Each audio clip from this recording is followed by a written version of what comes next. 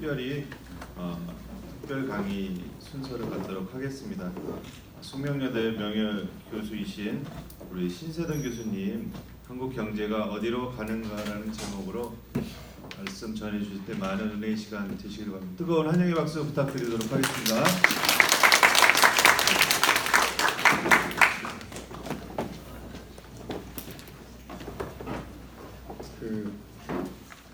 불러주셔서 영광이고, 사실 어제는 한 달에 한 번씩 저쪽에 세빛 기회가 있어요. UBMC. 거기서 이제 거의 한 달에 한 번씩 모임은 매주 있는데, 저는 이제 한 달에 한 번씩 지난달에 있었던 경제 동향을 쭉 설명을 하면서 이제 우리 선거님들하고 경제 돌아가는 그런 이해를 높이는 그런 기회가 쭉 벌써 한 1년 넘어 진행이 됐는데, 오늘 이렇게 뵙게 돼서 반갑고요. 제가 2월달에 은퇴를 했어요. 35년 이제 있다가 은퇴를 했는데, 제가 35년 동안 뭐 딴 건 자랑할 것이 없고, 제가 한 가지 자랑할 거는, 전 진짜 공부 하나만은 제가 35년 정말 많이 했다 자랑을 합니다. 전 평생에 골프를 안 쳤고요. 첫째, 너무 시간을 많이 잡아먹더라고요. 돈도 돈이지만. 그리고 가면 그 캐디라는 사람들이 사람 아주 기를 되게 죽이더라고요. 뭐 일주일에 몇 번 나오시냐 해서 도대체 왜 이런 걸 하는가. 저는 그래서 골프를 한 번 딱 나가고 84년에 끊었고요. 평생 술을 안 먹었어요. 술을 대접을 한 적도 없고 전 받은 적도 없어요. 술 안 먹지, 담배 안 피지, 전 진짜 교회 갔다가 일요일도 학교 가니까 전 거의 학교에서 35년을 살았다. 그러니까 남들보다 공부 조금 더 많이 한 것 같아요. 그래서 저는 이렇게 생각합니다. 교수는 여러분 대신에 공부하고 생각하고 정보를 정리해서 여러분 그 대신에 나가서 운동하시고 산에 가시고 골프 치시고 이런 모임을 통해서 우리가 분업을 하는 것이다. 30분만 말씀을 하래요. 저는 한 5시간 하고 싶은데 30분 동안에 압축을 해서 제가 지난 35년 동안 배운 내용을 조금 압축해서 전달할까 싶습니다.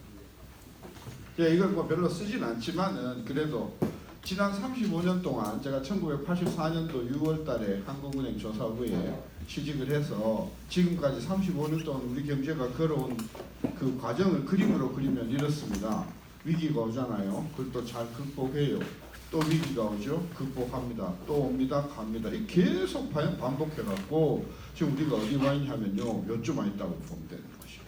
이게 1984년 이후에 한국 경제가 걸어온 길인데, 이 그림은 딱 두 가지가 눈에 들어오지 않습니까? 첫째, 이 경제가 올라가는 경제입니까? 내려가는 경제입니까? 내려가는 게, 한국 경제는 누가 뭐라 해도 확실히 저성장 시대에 접어들었다는 이야기입니다. 저성장 시대에 접어들었다는 말은 여러 가지로 우리 해석이 되는데, 첫째, 장사하기가 점점 쉬워진다, 어려워진다? 점점 어려워집니다. 작년만큼 매출을 올리려고 하면 작년보다도 한 20% 더 열심히 뛰어야만 겨우 작년 수준을 달성할 수 있는 이런 이야기입니다. 그거는 비단 사업뿐만이 아니고 변호사도 마찬가지입니다. 변호사 계시겠지만 옛날 변호사가 아닙니다. 1년에 한 1000명 가까이 나와버리니까 이게 뭐 과포 상태가 되어가지고 서로 재살 깎아먹. 의사도 그렇더라고요. 교수도 그렇습니다. 우리 학교가 작년부터 적자가 났거든요. 근데 학생 수 지금 계속 쪼그라들지 않습니까? 한때 100만 명 났던 신생아가 지금 30만 명대로 앞으로요 초등학교 문 닫는 초등학교 많이 생길 겁니다. 학생 수 줄지. 등록금 10만 원만 올리죠. 총장실 점거입니다. 그래도 저는 괜찮아요. 저는 은퇴했다겠죠. 앞으로 교수들은 급여 대신에 백목 가져가고 그죠. 본봉 대신에 칠판 뜯어가는 날이 없거든요.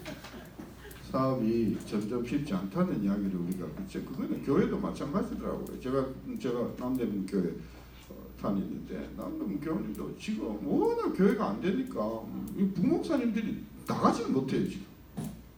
그래서 첫째로 점점 살기가 힘들어진다는 것이고요. 둘째는 이게 조용히 내려가면 괜찮은데 야, 이것이요 몇 년에 한 번씩 큰 위기가 닥치면서 내려가더라는 거죠.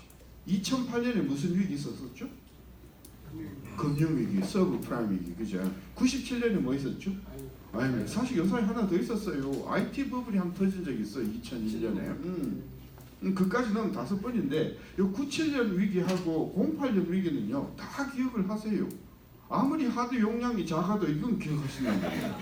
이 둘 중에 하나가 기억이 안 나시면 하드가 없거나 북한 사람이라고 보면 틀림없어요. 하드 없는 거 되게 많아요. 이 하드 없는 거 특징이요. 없는 걸 몰라. 주로 여의도에 가면 굉장히 많다고 합니다. 청와대에서도 발견이 되고 그랬어요. 그렇죠? 요건 다 기억하시죠? 고전의 위기가 언제냐 하면 기억잘 못하세요. IMF 전 위기 언제냐 그러면 대부분 오일 쇼크 이야기하세요. 네, 오일 쇼크 1979년에 있었잖아요. 제가 지금 언제부터라고요? 84년이잖아요. 그 전이잖아요. 그래서 79년 오일 쇼크는 아닙니다 그랬더니 오일 쇼크가 아니면 그러면 석유 파동일 거죠. 오일이나 석유는 안 그제? 여러분 92년도 대선이 있었잖아요. 이때 대선 후보가 8분이 나오시거든. 그 8분이 전부 경제살리자했는데 1번 후보가 경자 발음을 잘 못하셔서 경을 갱의를 하는 거 기억나세요? 예, 국민들이 그분을 대통령으로 뽑았잖아요. 그제? 이분 우리 IMF 데리고 갔었다니까요. 김영삼 대통령은요 우리 IMF 데리고 간 정부예요. 물론 그분이 뭐 다 못했다는 건 아니죠. 잘한 건 많지. 산하회 없애고 실명제하고 그래 그건 박수 쳐야지. 근데 못한 게 있는데 김영삼 대통령 정부의 경제 전문가들이 경제를 잘 못해서 우리 IMF 데리고 갔단 말이에요. 뭘 잘못했냐고요? 이제 조금 이따 말씀드릴게요. 이때요 하루에 30개 중소기업이 부도가 나고 하루가 멀다하고 중소기업 사장들이 농약 먹고 자살하고 그랬었어요. 그래서 92년 위기는요 지난 1980년이 아니라 1960년서부터 제가 계산을 해보니까 지난 한 60년 70년 동안 경제가 가장 나빴던 순서 1위가 97년 IMF 위기고요, 2위가 92년이고요, 3위가 언제인 줄 아세요? 3위가 지금이에요. 네. 요거 한 달만 그죠? 한 달만 동행지수 더 내려가면요 요거 92년을 제쳐버리고요 2달만 더 동행지수가 내려가면요 연속 14개월 연속이잖아, 그죠?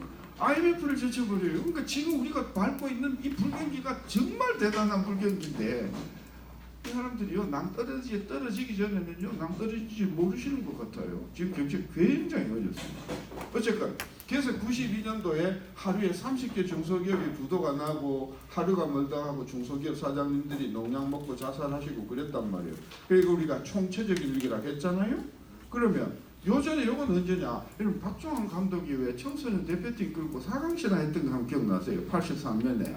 예, 그 우리 멕시코 신화라 가거든요. 그때 1, 2, 3, 4위가요. 외체 순서대로 1, 2, 3, 4위였어요. 브라질, 멕시코, 아르헨티나. 우리는요 축구 4강 들어가면 반드시 국난이 왔어요. 작년에 우리 아시아 월드컵에서 우리 우승했습니다. 걱정됩니까? 안 됩니까? 그렇죠. 그래서 85년도에 여러분은 기억 못 하시죠? IMF 채권단들이 돈 갚으라고 남산의 힐튼 호텔에 와가지고 재무부하고 한국은행하고 막 협상하고 밀고 땡기고 할 때 제가 그때 통역으로 참여했던 적이 있어요. 그러면 지난 35년 동안 위기가 몇 번이나 왔었다고요? 5번이나 왔어요. 그럼 앞으로 여러분 살아생전의 위기는 1. 다시는 절대로 안 올까요? 2. 또 올까요? 그래요. 저 묻는 질문의 정답은 항상 2번으로 설정할 겁니다. 내가 이렇게 답을 가르쳐 드렸는데 좀 이따 1번 칸으로 나오세요.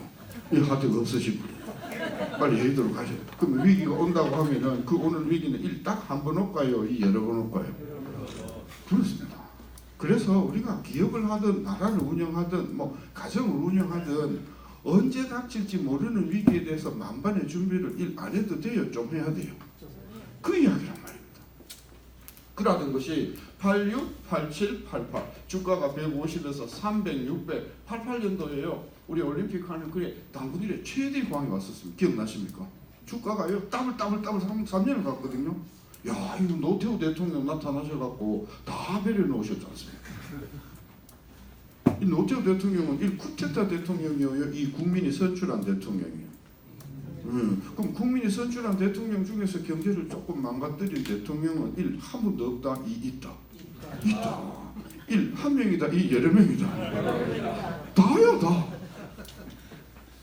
질문: 왜 대통령마다 그렇게 어렵게 당선되셔갖고 그렇게 국민한테 경제를 챙기겠다 하셔놓고 경제를 왜 망가뜨리는가? 제가 35년 지켜보니까요, 대통령 주변에 있는 경제 전문가들이요 전부 깜냥 미달이야.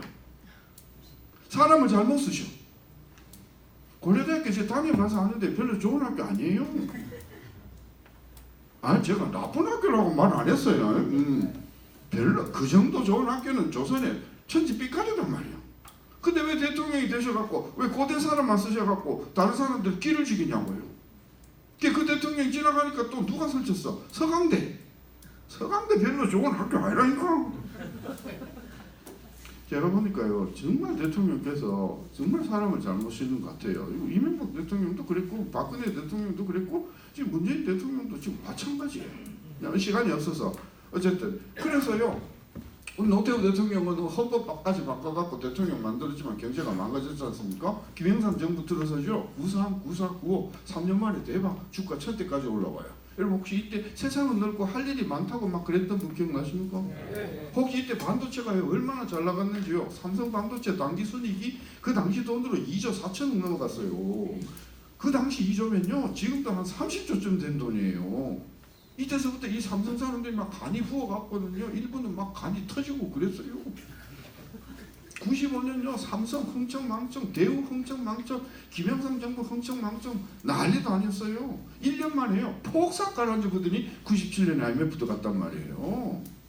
대한민국 경제는요 사상 유례 없는 상황에서 사상 유례 없는 불황으로 빠지는데 1년도 안 걸려요. 순식간에 디비 준다고. 그러니까 작년에 실적 좀 좋았다고 마세라티 바꾸지 마시라니까. 내년에 차압될 건데 그냥 대한민국 국민들의 특징이 뭐냐면요 1년 잘 되면요 10년 잘 될 줄 아세요. 1년 장사 잘 되면요 1000만 원 벌어갖고 1억 쓴다고. 여러분 우리 태평성세라는 말씀 아시잖아요. 태평성세라는 말을 그죠? 제가 이제 자치통방을 하도 많이 봐가지고 태평성세의 개념이 뭔지 아십니까? 3년 동안 농사가 망쳐도 백성들은 먹을 게 하나도 걱정이 없는 게 그게 태평성세야. 그러니까 우리 회사도 마찬가지야.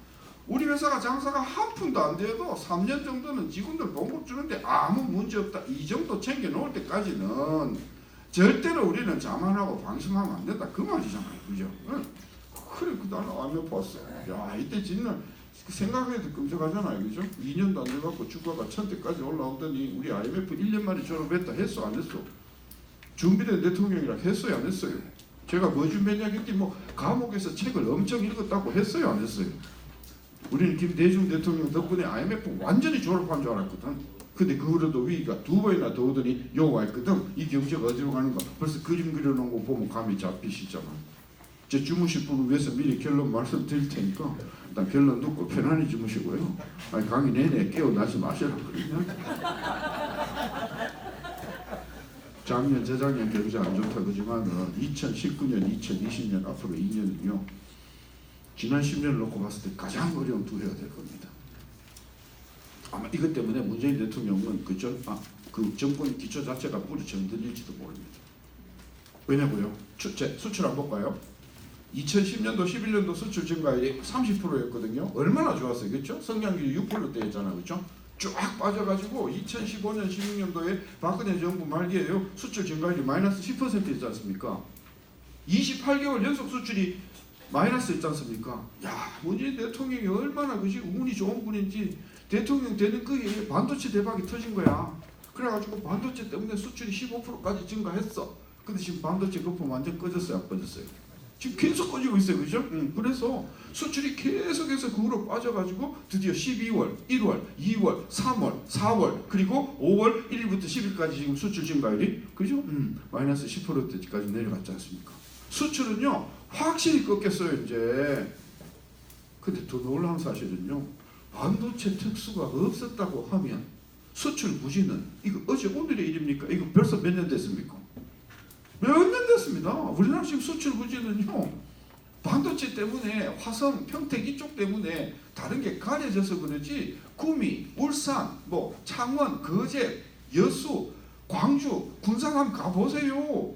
수출이 그냥 말라 비틀어져 가지고 지금 공장 가동률이 막 70%가 무너지고 그런 상황이에요 지금. 자 그러면 수출이 그럼 내수는 어쩌고? 내수를 보려면은요 우리 경제 성장률을 봐야 되거든요. 우리나라 성장률이 이때 6%였지 않습니까? 쫙 빠져가지고 2016년 17년도에 2.7%까지 빠졌단 말이죠, 그죠?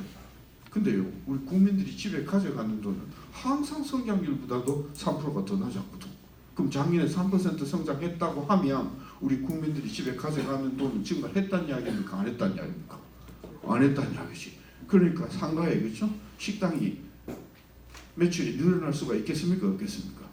없다 이런 이야기입니다. 그래서 수출도 안 좋고 내수도 안 좋기도.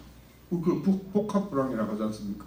이 복합 불황이 오면 어떤 사람이 다치시겠습니까? 첫째, 이런 거 들고 다니시면요 큰 거 다치실 테니까 이거 혹시 갖고 계시면 9시에 땡 하면 빨리 터시라 그런 이야기예요. 좀 늦었어. 진작에 좀 부르지.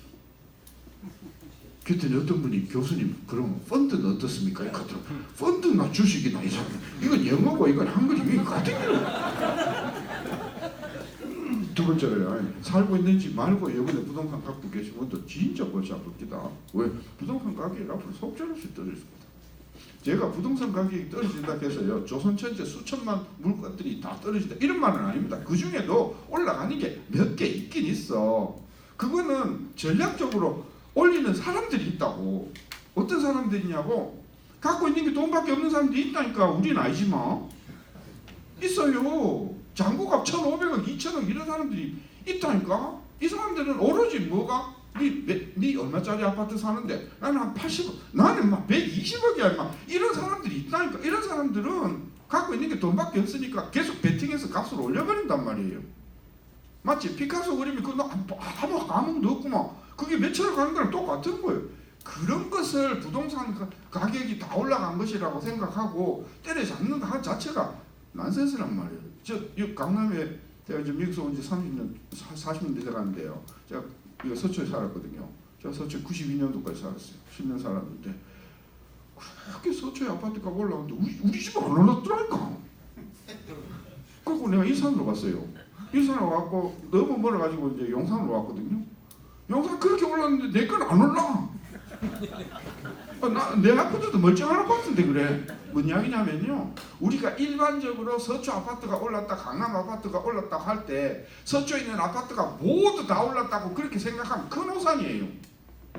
그중에 오른 게 몇 개 있고 대부분은 안 올랐어. 그런 면에서 보면은 이 주식과 부동산이라 하는 것이 앞으로 전망이 없다고 했더니 막 웃으시더라고. 왜? 자기는 이것도 없고 이것도 없다는 거나. 여기 한 사람 더 남아있는데 누구 은행 이자 싸다고 대출 잔뜩 빌려 쓰는 분들 왜? 앞으로 이자율이 내려갈 거다 이 올라갈 거다.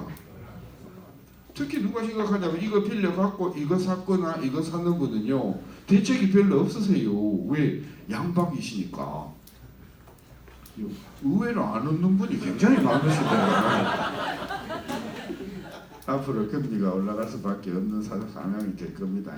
근데 그건 또 시간이 또 너무 그래서 오늘 그건 나중에 이야기하고요. 오늘 제가 우리 성도님들께 나누고 싶은 정보는 우리 경제가 이렇게 죽었다 살았다 하는 이유가 뭔가 이거 이야기하려고 왔어요. 제가 84년 6월달에 한국은행 조사부에 왔지 않습니까? 여러분 보시기에 제 별로 신통 안 해보여도 사실 제가 굉장히 신통한 사람인데 문제는요 진짜 알아주는 사람이 없더라고요. 그때 미국 박사를 한 명 뽑다 했거든요. 50명 지원했었어요. 50명 지원했는데 다 주제가 됐거든요. 얼마나 대단해 그죠? 근데 한국 와보니까 이게 맥을 못 쓰는 게 한국 와보니까 이 고약한 병이 몇 가지가 있는데요. 서울대학교 경제학과 안 나왔다고. 이 고약한 병이에요. 지금 문재인 대통령 주변에서 경제정책하는 사람들이 전부 다 서울대학교 경제과 출신들입니다. 학현파라고 하는데요. 대부분 국내 박사입니다. 이 사람들은요 외국 박사라 그러면 전부 금수저라고 생각합니다. 난 흑수저인데. 그래서 이 사람들 아주 고약한 아주 그 엘리트 의식들이 있어요. 전 대학은 미국에서 나왔거든요. 서울대학교 그게 안 나왔잖아요, 그죠? 어쨌든 그래서 제가 오니까 작년에 잘 나갔다던 경제가 막 안 좋아지려 하는 고무렵이란 말이죠. 경기가 올라가다가 막 안 좋아지기 시작하면요 나타나는 징조가 하나 있어요. 뭘까? 대학에서 경영학을 전공하시고 요거 대답 못하신 분요 복학하셔야 돼요. 제가 가르쳐 드릴게요. 실컷 만들었는데 안 팔린 거 우리 뭐라 부르죠? 재고 어째 된다고요? 계속? 그렇습니다. 앞으로 은퇴하시는 그날까지 통계청에서 발표하는 재고를 유심히 살펴보세요. 왜? 이 재고가 계속 붙잖아요. 심각한 불경기가 오는 신호입니다. 근데 우리는 이 재고 알기로 우습게 합니다. 왜? 이 재고는요, 1. 한국은행에서 성장률을 계산을 할 때, 이건 안 팔리는 거니까 성장해서 빼고 기록할까요? 2. 다 성장이 잡고 기록할까요? 네, 이때부터 서서히 이제 카드가 작동 안 하는 분이 나올 때가 됐는데, 재고가요, 성장 안에 다 들어갑니다. 그 어떤 일이 벌어진 거 하면요, 현대자동차 지금 울산 공장에 재고 진짜 장난 아니거든요. 막 3만 대, 4만 대 막 넘어가거든요. 그러면 현대자동차는 죽을 맛이잖아요, 그죠? 그럼에도 불구하고 울산 경제는 괜찮다고 나온 이유가 그 안에 뭐가 들어가 있다? 재고가 들어가 있습니다. 이것이 바로 성장률이라 하는 것이 우리가 체감하는 경제하고 자꾸 온도 차이가 나는 첫 번째 이유입니다. 두 번째요, 이 성장률이라는 것은 우리가 체감하는 경제하고 사뭇 틀립니다. 왜요? 우리나라에 많은 외국계 자본들이 들어와 있습니다. 이 외국계 자본들이 우리나라에서 벌어가는 돈은 1. 이거 외국인이 번 거니까 성장 포함이 안 될까요? 2. 다 될까요? 다 됩니다. 다 되는데 야들이 돈을 벌어서 성장은 한국 성장으로 잡지만은 그 번 돈을 쓸 때는 1. 우리나라에서 쓸까요? 2. 저 나라 가서 쓸까요? 그렇습니다. 그래서 한 나라가 개방이 되어갖고 외국 자본이 진출을 많이 하면 할수록 국가가 발표하는 성장과 국민의 피부로 느끼는 성장률이 점점 거리가 이거 이해가 되시잖아요. 예를 들어서 서초구에 있는 모든 상가의 주인이 강남에 산다고 합시다. 그럼 장사가 아무리 서초가 잘 돼도 벌어갖고 강남 가서 이발하고 강남 가서 미용실 갈 거 아닙니까? 그런 이유입니다. 제가 한국은행 왔을 때 성장률이 10%였어요. 엄청 좋았습니다. 재고 증가율이 20%인 거예요. 재고를 빼니까 마이너스인 거예요. 그래서 우리 한은조사부가 청와대에 보고서를 올렸어요. 각각 성장률은 10%라서 좋은 것 같지만 이게 다 뭐다? 이 다 재고 덩어리입니다. 이게 지금 경제가 심각합니다. 대통령 각각 특단의 조치를 좀 이렇게 보고서를 올리잖아, 그죠? 그 보고서가 들어가자마자 청와대에서 전화가 온 거예요. 누가 경제 나쁘다 했냐고. 그때 대통령이 머리카락이 별로 없으셨던 분인데 머리카락 먹는 줄 알았더만 은행 잔고도 29만 원밖에 안 된다는 그분이 있잖아요. 그래가지고요 보고서 좀 삐딱하게 썼다고 해가지고 그분이요 조사부장님 목이 날라가 버리셨어요. 그리고 석 달 열렸죠. 84년 추석이 왔잖아요. 경제가 더 나빠지니까 재고가 더 많이 쌓였잖아. 이제 재고 때문에 공장이 가동을 못해. 그 공장이 가동을 멈췄으니까 공장에서 뭐가 쏟아져 나왔을까? 실업자들이 막 쏟아져. 재고는 감출 수라도 있어. 창고 안에 넣으면 안 보이잖아. 실업자는 감출 방법이 없다니까. 왜? 자꾸 나와서 돌아다니잖아. 한강이 반포지구에 주중에 자전거 타는 사람 자꾸 많아지면 경기 좋아지는 신호가요? 안 좋아지는 신호가요? 그래. 그래서 전남정부가 이걸 감출 수가 없으니까 사실 경기가 좋게 나쁘긴 나쁜데 뭐 때문에 나쁘냐? 비가 많이 와서 나쁘다겠어요. 그때 비 진짜 많이 왔어요. 예. 그래갖고 뭐 가을 장마가 와가지고요 벼농사가 다 죽어버렸다니까. 그래서 김일성이가 판문점을 통해갖고 쌀까지 보내줬다니까. 자꾸 막 퍼졌다 하는데 먼저 퍼왔어요. 순서가 그렇게 되는 거예요. 그래서 전두환 정부는요 가을비 때문에 농사가 그래서 경제가 비만 그치면 살아난다 했거든요. 84년 12월 비 완전히 그쳤잖아요, 그죠? 더 나빴다니까. 뭐라고 하냐면 너무 추워서 경제가 안 좋다니까. 봄 되면 살아난다는 거예요. 85년 3월 봄이 왔지 않습니까? 여러분 이때 우리나라 10대 재벌 하나 부도났어요. 힌트 양정모, 프로스펙스, 무슨 그룹? 국제그룹이에요. 네, 7대 재벌이었어요. 그리고요 현대중공업 있지 않습니까? 부도 난다는 소문이 돌았고요. 실제로 부도 날 뻔했고요. 그래서 한국은행에서요 그 당시에 3조 5천억이라고 하는 특용을 찍어갖고 조선사 살리고 막 진짜 경제 안 좋았어요. 85년도 그 저간에 이렇게 되니까 한국은행 조사부에서 경기 안 좋아집니다고 1년 전에 이야기했던 게 기억이 나셨잖아요. 그래서 청와대에서 갑자기 한국은행 그 총재 좀 오시라고 했죠. 이때 경기가 왜 망가졌을까요? 여러분 84년도 5년도에요. 노사분기 있었을까요? 없었을까요? 노사분기는 민주화 항쟁이 언제부터 터지죠? 87년 8년 아니에요. 그죠? 3년 전에 84년이에요. 전두환 정부가 얼마나 무서운 때죠 압니까? 봉급 작다고 불평 한 말만 하면요 그 다음날 막 실종되고 그럴 때예요. 그때 보안사령부 진짜 무서웠어요. 네. 그럼 노사원교도 아니고 뭐 때문에 제가 오늘 우리 성도님께서 정말 중요한, 제가 35년 공부한 것 중에 제일 중요하다고 생각하는 게 이겁니다. 뭐냐면요, 83년 4년 2년 동안 우리나라 환율이 790원에서 안 움직였어요. 우리나라 환율이 790원에서 안 움직이는 동안에 일본행화는 200엔도 안 하던 놈이 250엔으로 엔화가 20% 약세가 돼본 거예요. 엔화가 20% 약세가 돼보니까 막 자동차, 전자, 부품, 뭐 하다못해 조선, 관광까지 그냥 다 폭삭 망가졌다는 이야기인데, 아니 엔화가 20% 약세가 되는데 왜 우리 전자, 자동차 수출 이게 죽는가? 이게 이해 안 되시는 분이 계시면 일단 서둘러 휴직계를 내시고 이번에는 초등학교 6학년 교과 과정으로 내려갔다 오셔야 돼. 다 알고 계시잖아요. 보세요. 엔화가 20% 이렇게 환율이 약세가 되면은 일본 수출 업체들은, 그렇죠? 예, 그 수출해서 팔아들이는 돈이 더 많아질 거 아니에요. 그러니까 이번에 한국의 삼성전자, LG전자, 주교부자 이 가격을 올릴까요? 내릴까요? 얼마까지 내릴 수 있을까? 20% 내려도 손해 안 보잖아요. 왜? 환율이 20% 올라갔으니까 달러 베이스 가격을 20% 내려도 타격을 안 받잖아요. 일본 것이 20% 가격이 싸져보니까 우리 거 살 사람들이 전부 일본 가버리니까 조선, 자동차, 반도체, 부품 다 망. 이거 안 되시는 것 같아.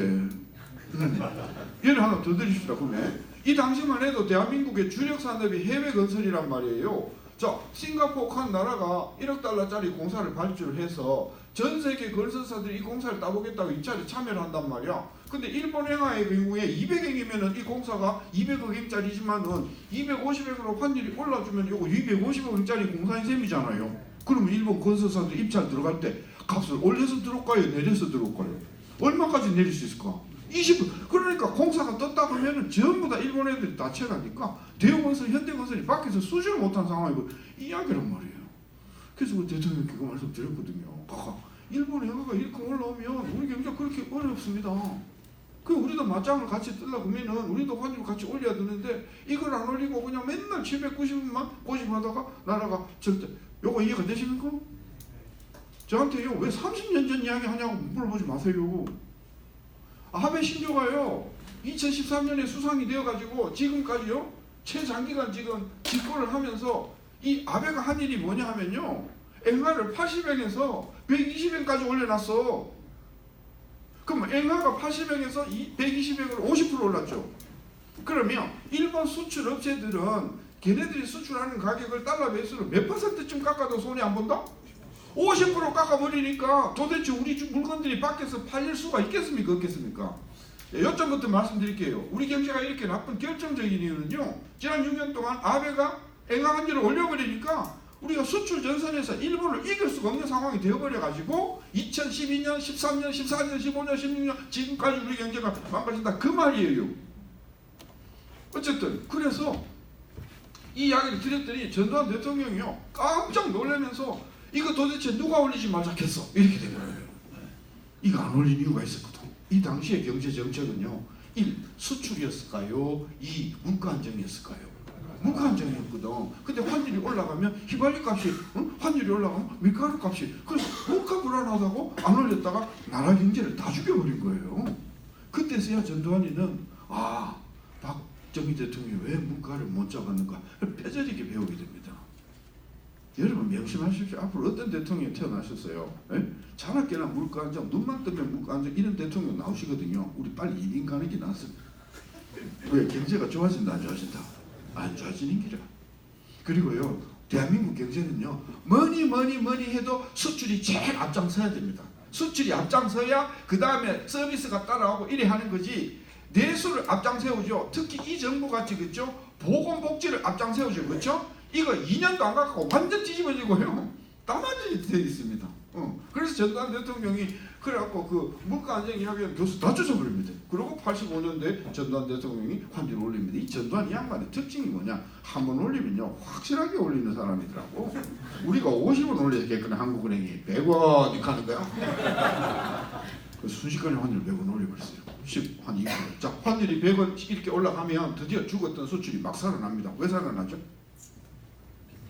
더 이야기했는데 환율이 10% 올라가면 우리 수출 업체들은 가격을 어쩔 수 있다? 가격을 조금 낮출 수가 있다 이 말이에요. 이제 그랬더니 교수님 환율 10% 올라도 가격을 10% 내려버리면 이것이 똔똔 아닙니까? 이렇게 여기서 올라갔지만 여기서 내려가니까 주로 이공 계통이 이런 질문을 많이 해. 그래서 내가 이게 이과의 한계다 그래 이름 붙였어요. 이과 사람들이 아주 독특한 한계가 있더란 말이죠. 이게 똔똔 아니거든요. 왜? 가격이 내려가니까 늘어나는 게 있잖아. 뭐 물량 가는 게 있잖아요. 그러면 우리나라 제품은요 가격이 10% 내려가잖아요. 물량이 30% 증가합니다. 명심하십시오. 가격을 10% 올리지, 그제? 10% 올리면 물량이 30% 줄어. 공장 반토막 나본다니까? 그래서 전두환 정부는 이 경제를 타개하기 위해서 환율을 100원 올렸어요. 근데 이 환율만 해도 대박인데 더 큰 대박이 터져본 거야. 250원 하던 엔화가 190원으로 30% 빠져본 거지. 엔화가 30% 빠져보니까 일본 업체들은 값을 웃져야 돼. 일본에도 올려야 되고 우리는 환율이 올라가서 우리는 어쨌어? 내리고. 그러니까 일본하고 우리가 가격 격차가 이중으로 벌어져 보니까 일본에서 배 한 척 살 돈이면 우리나라는 거의 두 척 세 척 산다. 그러니까 막 근데 요 일본 제품하고 우리나라 제품하고의 이 가격 격차가 뭐하고 똑같아요? 원달러, 엔달러 이 격차가 똑같잖아요. 왜? 엔화가 내려가는 만큼 일본은 값을 올려야 돼요. 우리 환율이 올라오는 만큼 우리 값을 어쩐다고? 내려요. 이걸 돌려놓으면 이거 똑같은 거잖아, 그죠? 더 중요한 것은 30년 전에 우리하고 일본하고 품질에서 엄청난 격차가 있었을 때의 이 환율 변수하고 품질 다 따라잡은 지금의 환율 변수를 비교하면 어느 경우에 환율이 더 중요한가? 그래. 그래서 날이 가면 갈수록 우리가 일본을 쫓아가면 갈수록 환율은 더더욱 중요한 변수가 됐다 이 말이잖아, 그죠? 근데 그걸 사람들이 모르시는 기라. 모르는 이유가 있어. 이게 벌어지면요 어마어마한 호황이 오는데요. 그 사람들이 모르는 이유는 뭐냐? 이 호황이 말입니다. 금방 안 오는 기라. 시간이 한참 지나야 오는 기라. 그 우리 현상을 경제학에서 뭐라 그러냐? 시차라 한단 말이야. 시차. 제 아들이 한 놈 있어요. 1980년생이니까 얼추 벌써 40인데 이놈이요 멀쩡하게 생긴 놈이 공부를 되게 못했어요. 성적표 전부 노력바람만 받아오고 이랬다니까. 그래서 우리 부부 싸움을 하면 항상 얘 유전자가 당신 유전자요, 내 유전자요, 누가 활성인자요, 뭐 이런 것 갖고 우리는 그 우리 부인께서는요 항상 궁지에 몰리면 얘는 돌연변이 같으다고 막 내 이름을 데리고 초등학교 2학년 때 우리 서초동 살 때인데 88년도 강릉이 해수욕을 갔잖아요. 이놈이 오빠 돈 좀 몇 개만 달라는 거예요. 뭘 건데 그랬더니 그 두더지 게임을 한다는 거예요. 공부도 못하는 게.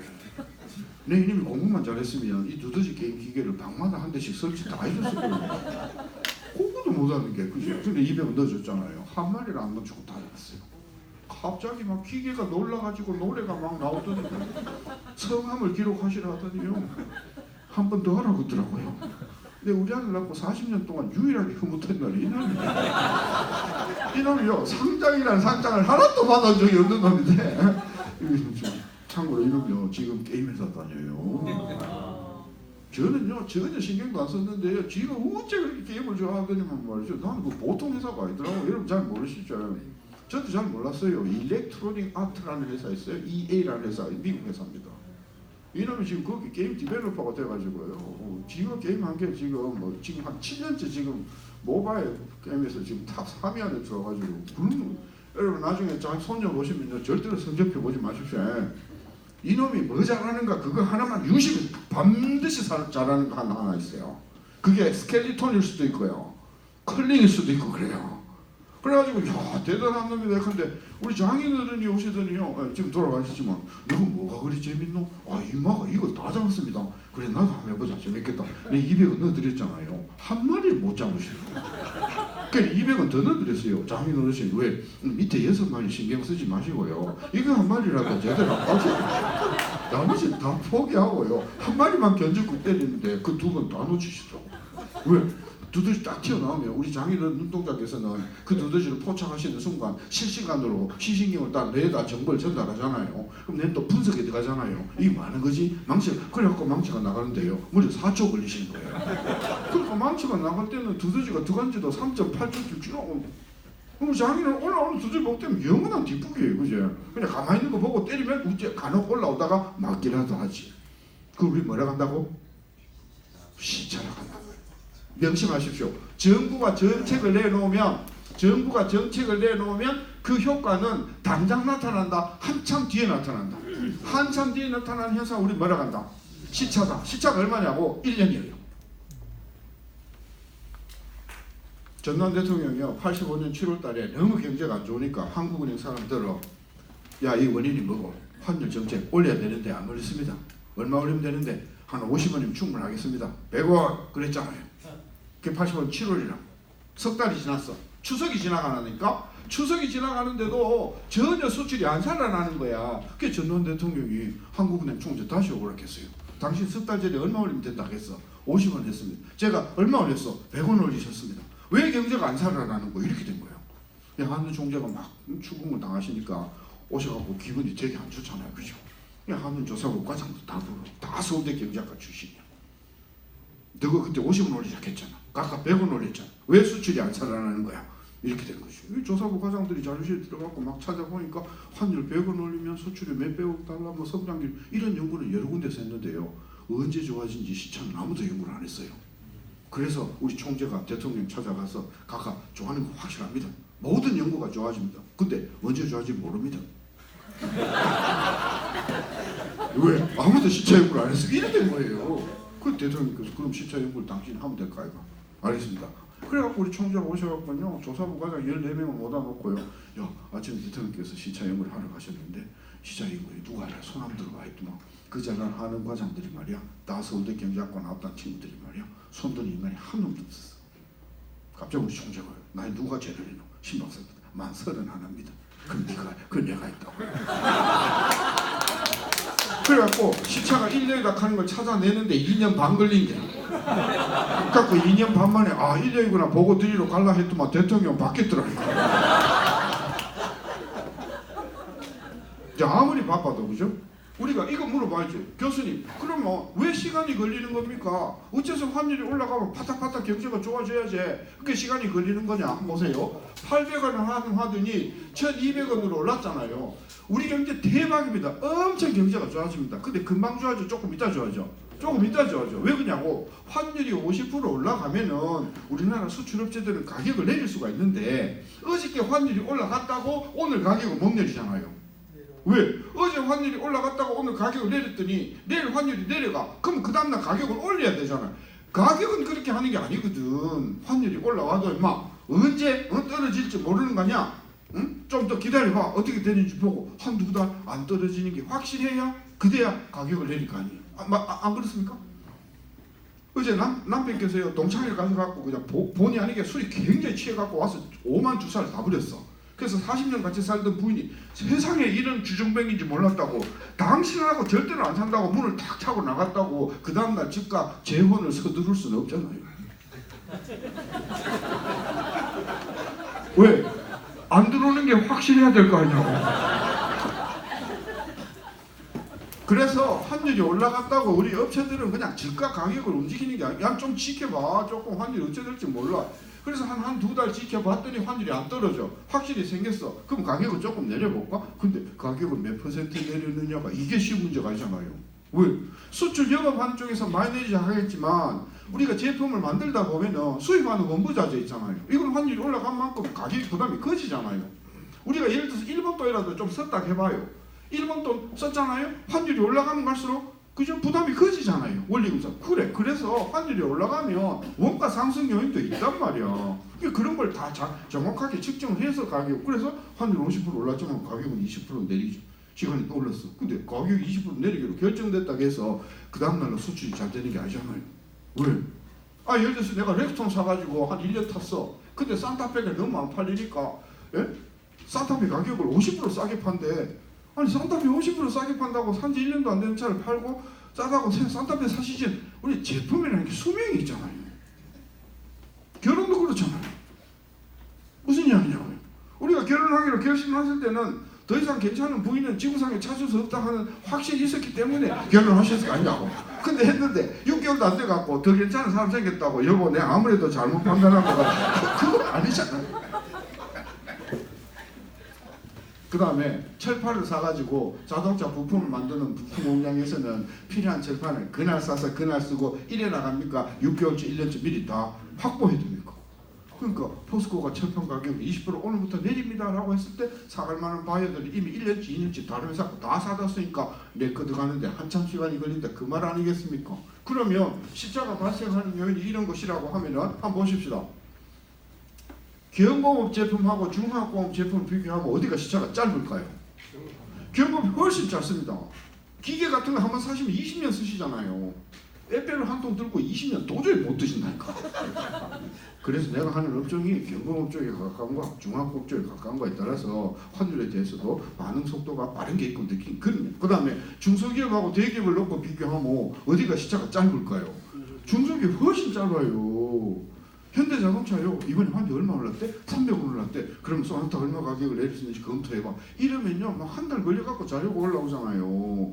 중소기업 사장님은요 커피 한 잔에 담배 2가지 피우면 계산 끝나버리고 왜 시킬 사람도 없어. 그 다음에요 가난한 기업과 부자 기업 어떻게 틀린가요? 가난한 기업은요 형편이 안 되기 때문에 저 밀가루 값이 올라갈 게 뻔해도 미리 못 사도 왜 형편이 안 되니까. 근데 부자는요 워낙 여유가 있다 보니까 그냥 썩어도 좋아. 그래서 잔뜩 쟁여놨는데 갑자기 밀가루 값이 비싸져갖고 라면 한 봉지에 700원 하던 게 3,000원이 됐다고 칩시다. 어느 집에서 라면 소비가 빨리 줄어들 가난하죠. 그날부터 라면을 건드릴 수가 없어요. 근데 부잣집은 이미 사둔 그 집 라면이 몇 박스가 있으니까 마트에서 아무리 올라가도 자기가 그걸 피부로 느끼려면 한참 이해가 되시죠. 그래. 그래서 제가 전두환 대통령의 명을 받아가지고 대한민국의 대표적인 수출기업 150개 기업을 가지고 환율 반응이 났을 때 얼마가 반응이 걸리는가 하는 걸 재어보니까 짧은 것은 3개월이고요. 짧은 것은 3개월이고 그 다음에 긴 것은 한 3년이고 중간치가 평균치가 얼마더라고? 그 얘기예요. 제가 한국에 와서 논문 한 100여 편 가까이 썼지만 제가 제일 자랑스러운 게 시차입니다. 부동산 대책도 마찬가지입니다. 한번 해볼까요? 부동산 대책이 문재인 정부가 들어와서 2017년 8월달인가 2차 나왔거든요. 근데 이 2017년 8월달에 나온 부동산 대책은 언제쯤 약효가 나타난다고? 그래 2018년 여름 지나야 나타나. 그럼 그 사이 1년 동안은 부동산 가격이 움직여 안 움직여? 안 움직이잖아. 근데 언론에서 뭐라고 때리냐 하면은 그걸 대책이라고 내놨냐 그래갖고 부동산이 잡히냐 막 비판을 하니까 그저 건계부 장관이 놀래가지고 더 센 것을 10월달에 내놓은 거야. 그래도 잡혀 안 잡혀? 안 잡히지. 왜? 이게 그래서 계속해서 2018년 될 때까지 6번의 강력한 대책이 나온 거야. 드디어 2018년 봄서부터 조금 잡히기 시작한 거야. 드디어 부동산이 잡혔다고 했더니 10월달에 딱 얹어지는 거야. 너무 많이 내려간 거야. 이때부터 긴장하기 시작하는 거야. 그 다음에 11월 달께 얹어진 거야. 그때부터 뭔 이야기가 나오냐면 죽여도 너무 많이 죽였다 이 사람아. 그럼 또 뭔 이야기가 나오지? 부양책이 나오는 거야. 부양책이 나와도 금방 부양돼? 안 돼? 안 돼. 그럼 그거 갖고 부양이 되냐? 그러니까 우리나라 부동산 대책이 계속해서 완전히 그냥 전당과 지옥을 계속해서 가는 이유가 뭐냐면은 그 시차를 몰라서 그래요. 이해가 되시죠? 그렇습니다. 머리가 아프면 두통약 드세요. 두통약이요. 2알 먹잖아요. 목구멍을 넘어가는 순간 머리가 깨운 합니까 안 합니까? 안 해요. 일단 녹아야 돼. 흡수가 돼야 돼. 진통작용하는데 보통 25분 걸려요. 그것이 잘 몰라보세요. 1분 경과 깨우네 안 해? 안 해. 2알 또 먹었어. 2분 경과 깨우네 안 해? 그럼 뭐 25분 동안 계속 그냥 깨우나 그럼 깨우날 때 이미 너무 과다 녹여서 과잖아요. 경제 논리라는 것이 그렇다. 그래서 그죠? 우리 지혜가 있는 사람들은 그죠? 그러면 85년도에 전두환 정부가 이렇게 버려놓으면 경제는 언제 좋아질까요? 85년일까요? 86년일까요? 그래요. 네. 자, 다 제쳐놓고요. 이제 옛날 이야기는 나중에 우리 기회가 있을 때 하고요. 그러면 이제 한 몇 분 안 남았으니까. 자, 2006년 7년도에 노무현 정부가 들어와서 한덕수라는 분이 총리였을 때 1150원 환율을 900원으로 내렸어요. 이때 일본 엔화가 100엔에서 120엔으로 20% 올라갔어요. 원달러 환율 어떻게 됐다고요? 내려가고 엔화는 어째 되고? 격차가 50% 좁혀졌어요. 그러면 2008년 9년도에 대한민국 경제 곡소리 납니까 안 납니까? 그죠?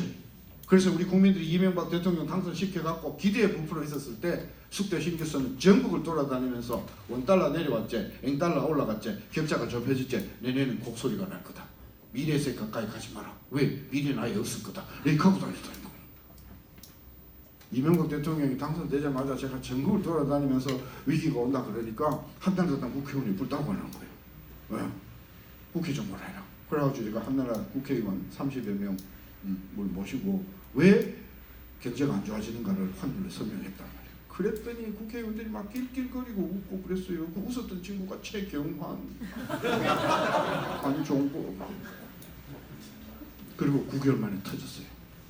무슨 얘기 아까 2008년에 서브프라임이 터졌잖아요. 그제서야 박근혜 당시 국회의원께서 우리 신 교수 모시고 불과 8개월 전에 이 자리에서 교수님 위기 온다고 하셨는데 당신네들은 다 위기가 안 온다고 그랬는데 신 교수 말이 맞았잖냐고. 저 그때 그 자리에 없었는데 거기 있었던 국회의원이 저한테 전화를 해줬어요. 오늘 박근혜 의원 네 칭찬 엄청나게 했다고. 그럼 저 그 양반 대통령 갔을 때 저 청와대 갔었어야 돼 안 갔었어요? 저 갔어요 안 갔어요? 그렇죠. 내가 그래서 박근혜 대통령 하대가 있는지 없는지 되게 궁금하거든요. 저 갔으면 진짜 저 지금 한번 감옥에 있을 거라고 생각해요. 근데 내가 시편 1편 1절에는 굉장히 고맙게 생각해요. 복인의 자는 악인의 길에 들지 아니하라.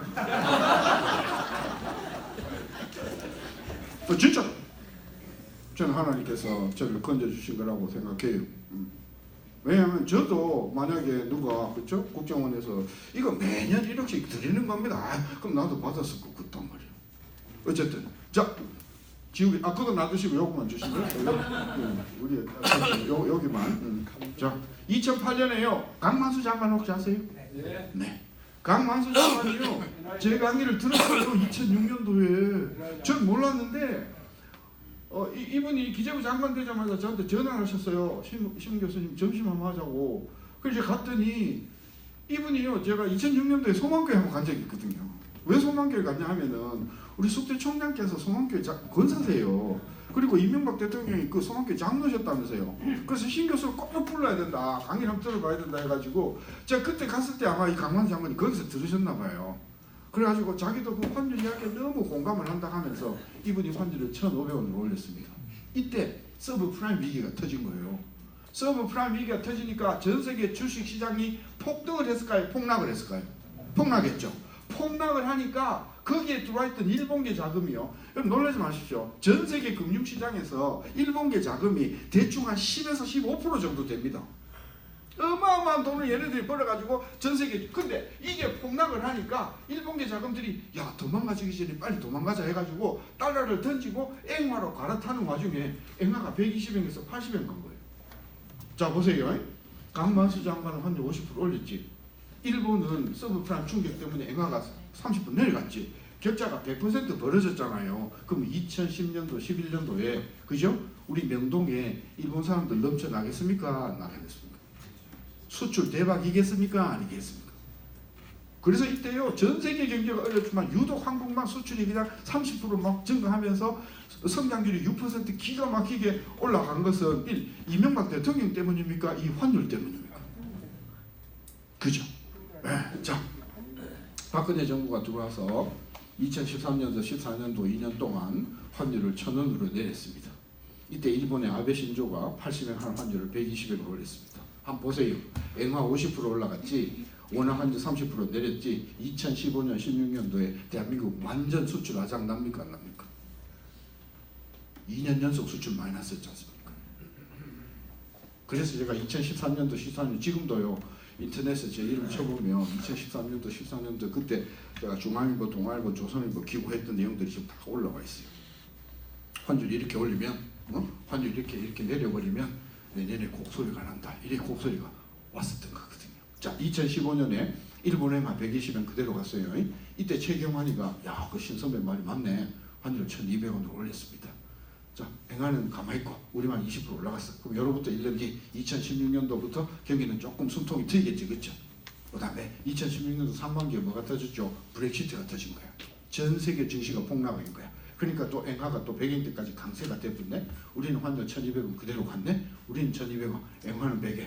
이 격차가 더 벌어졌지. 그러면 여로부터 1년 뒤 2017년도 상반기는 경제가 더 좋아져 안 좋아져? 더 좋아져. 이제부터 망가지는 겁니다.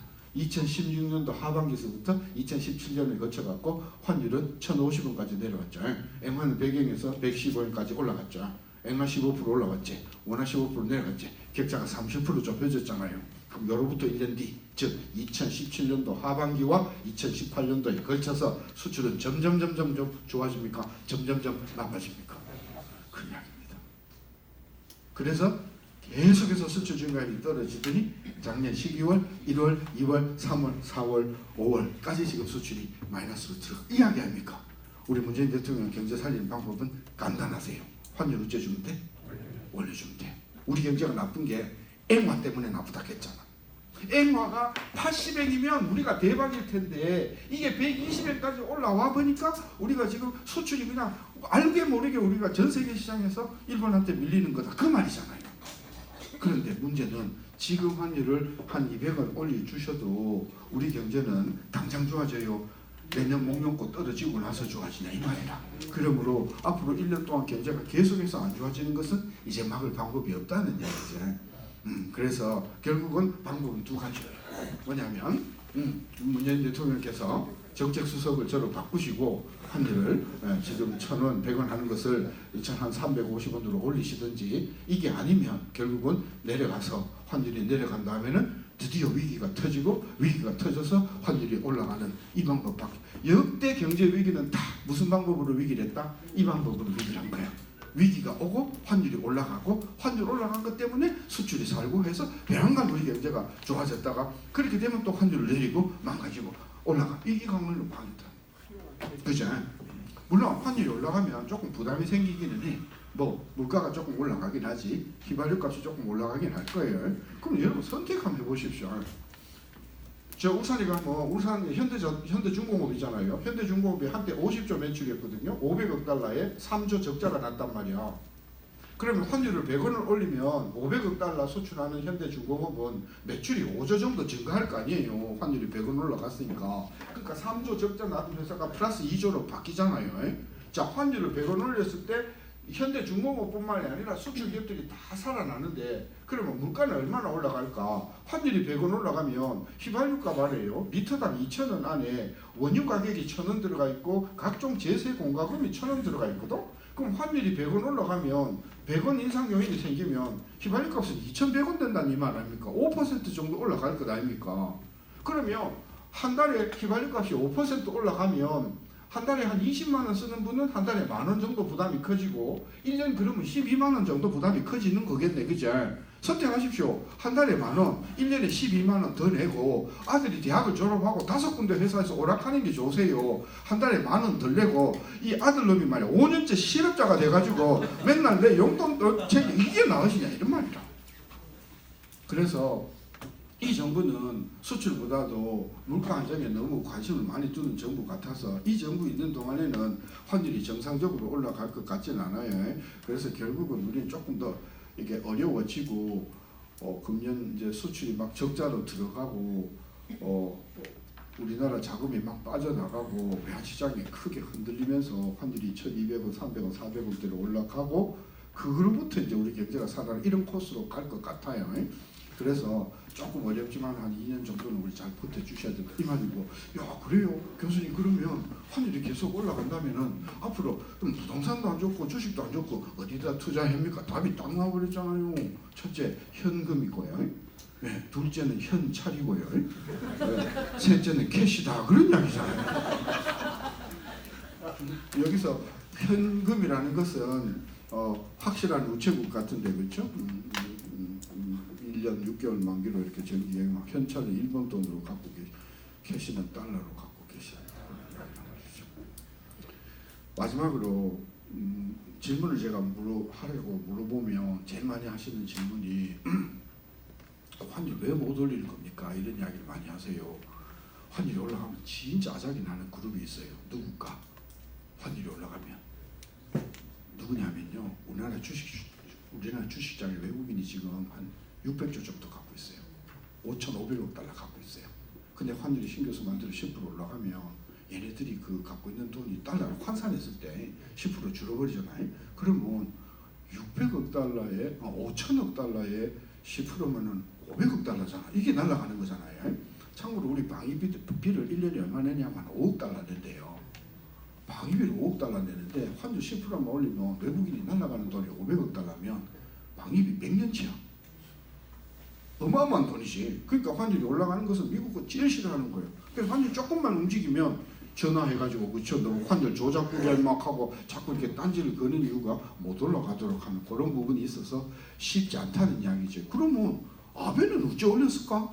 아베는 그거 올려받는 대신에 그죠? 자위대를 군대로 만들고 그 다음에 헌법을 고쳐서 아시아에 무력 분쟁이 일어나면 제일 먼저 자위대를 파병할 수 있도록 완전히 군사 체제를 정상 국가로 바꾸는 그 제안을 미국에다 하고 그리 하려면 헌법을 바꿔야 되고 그리 하려면 일본 경제가 좋아야 되고 그리 하려면 수출이죠. 그래서 그 코스를 가지고 미국의 딜을 얻어냈기 때문에 올릴 수 있어요. 따라서 우리도 환율을 올리려면 그런 딜이 필요하다는 거지. 그래서 제가 만약에 특사가 됐으면은 진작에 오바마 때 찾아가서 그렇죠?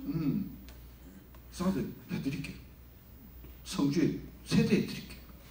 대당 50원 근데 목포가 더 가깝긴데 목포는 2대 대당 100원 이래가지고 우리도 미국하고의 어떤 그런 방위 문제를 그거를 지렛대로 해서 우리가 그것을 이용해서 환율을 올렸으면 우리가 이런 불경기는 겪지 않았을 것이고 지금 일본이 겪는 어마어마한 고경기 있잖아요. 그렇죠? 그걸 우리가 가져왔을 것인데 계속해서 그리 못했다는 것 있고요. 그 다음에 교수님 왜 중국 이야기는 안 하십니까? 중국은 역사적으로 보면은 1달러에 6.5에서 계속해서 고정체제로 운영했기 때문에 지금 이 환율, 우리나라 원달러 환율 안에 그대로 위안화가 들어가 있어서 제가 따로 말씀 안 드려서 그런 건데 중요하지 않다는 것은 아니다. 만약에 위안화가 수출을 좀 촉진시키기 위해서 의도적으로 6.5 위안에서 7.5로 절하를 하면 그 순간 우리도 굉장히 타격을 많이 입는다. 그런 일이 없었기 때문에 이야기하지 않았다는 이런 말씀이시죠.